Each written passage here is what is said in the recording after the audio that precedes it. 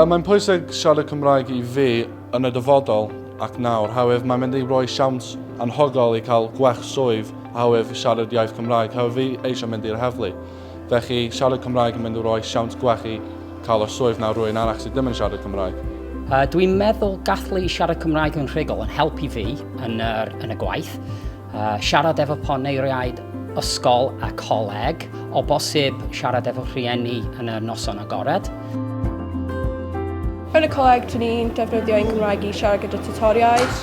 Dyn ni'n gallu deud os dyn ni eisiau unrhyw fath o resources neu rhywbeth yn y Gymraeg yn ogystal â Saesneg hefyd.